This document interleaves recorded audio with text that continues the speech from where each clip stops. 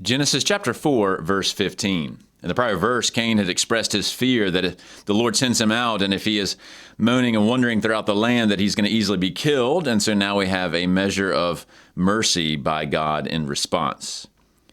Ke epen alto, kurios ha theos, hutos, pas ha apoktenas Cain, hepta, ekdekumena paraluse. And there's the second half of the verse that we'll get to here in a minute. We start with the speaker is now kurios ha theos. Important to point out that at least the Masoretic as we have it just has kurios or Yahweh without the theos. So that's kind of interesting. He speaks, and so apen here, of course, is the third singular of lego, to him. So the Lord God is speaking back to Cain. And in response to Cain, the Lord God first says, hutos. So it would be something like, it will not be like this, with the hutos there, in this manner. Cain thought, okay, I'm going to be killed very quickly. God says, nope, that's not how this is going to play out. And then he explains why. Pas, anyone or all, ha apoktenos. This is from the same verb we saw in the prior verse, apokteno, and this is a nominative singular masculine aorist active participle. You see that S ending here. So notice it's substantival once again, like it was in the prior verse. So all who kill Cain, hepta, that's 7. Ekdekumena. And so this is from ekdikeo. That means to avenge, to extract vengeance. You'll notice with the mena ending here, this is going to be an accusative plural neuter, present middle participle. And so it's something like, it's a plural sense of acts of vengeance, because again, there are 7 of them. So the 7 here is dictating the plurality of this. So 7 instances of vengeance, and then the verb here is the main verb is paraluse, and you can probably tell this has luo under the hood. Paraluo means to unleash, to set up, or to set forth, and this is going to be a third singular future active indicative. So it's going back to, so this third singular future ending is going back to the substantival everyone who kills, or any, all who kill Cain. And so basically the sense here, if we sort of pause and translate all of it, everyone or the one who kills Cain will unleash a sevenfold vengeance, or something to that effect.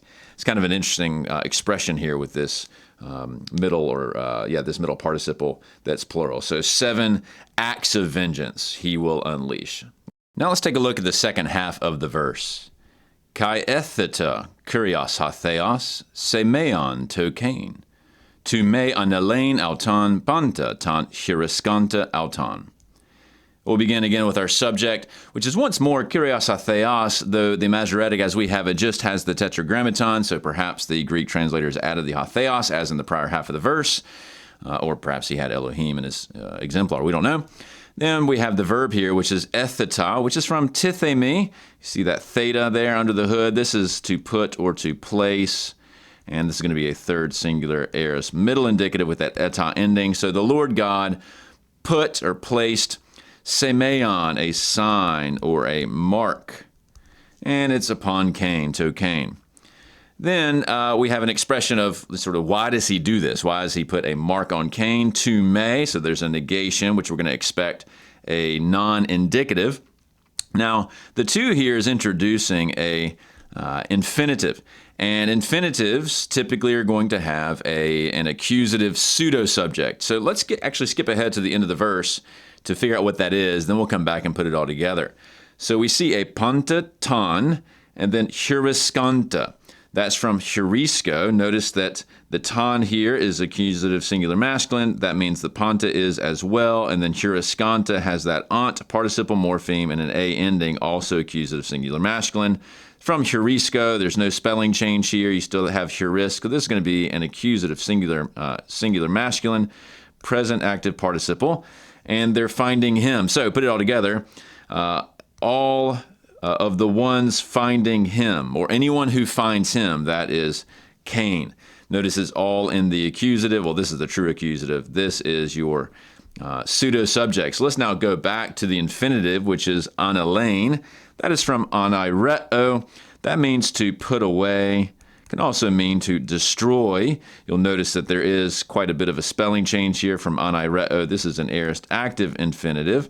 And so that confirms this whole idea that this bit here is the quasi-subject, the pseudo-subject of this non-indicative verb. So, and they find him. That's referring again back to Cain.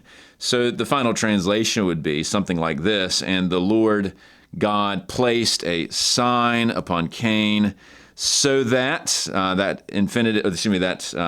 genitive articles introduce a result infinitive, so that not everyone who finds him, so they will not kill or put him away or do away with him or something to that effect. So it's kind of interesting, even though we don't know what this marker is, but God is actually showing a measure of mercy to Cain by setting him apart in some way visibly so that people will not put him immediately to death when they come upon him as he feared. So an interesting way in which God responds to Cain's concerns.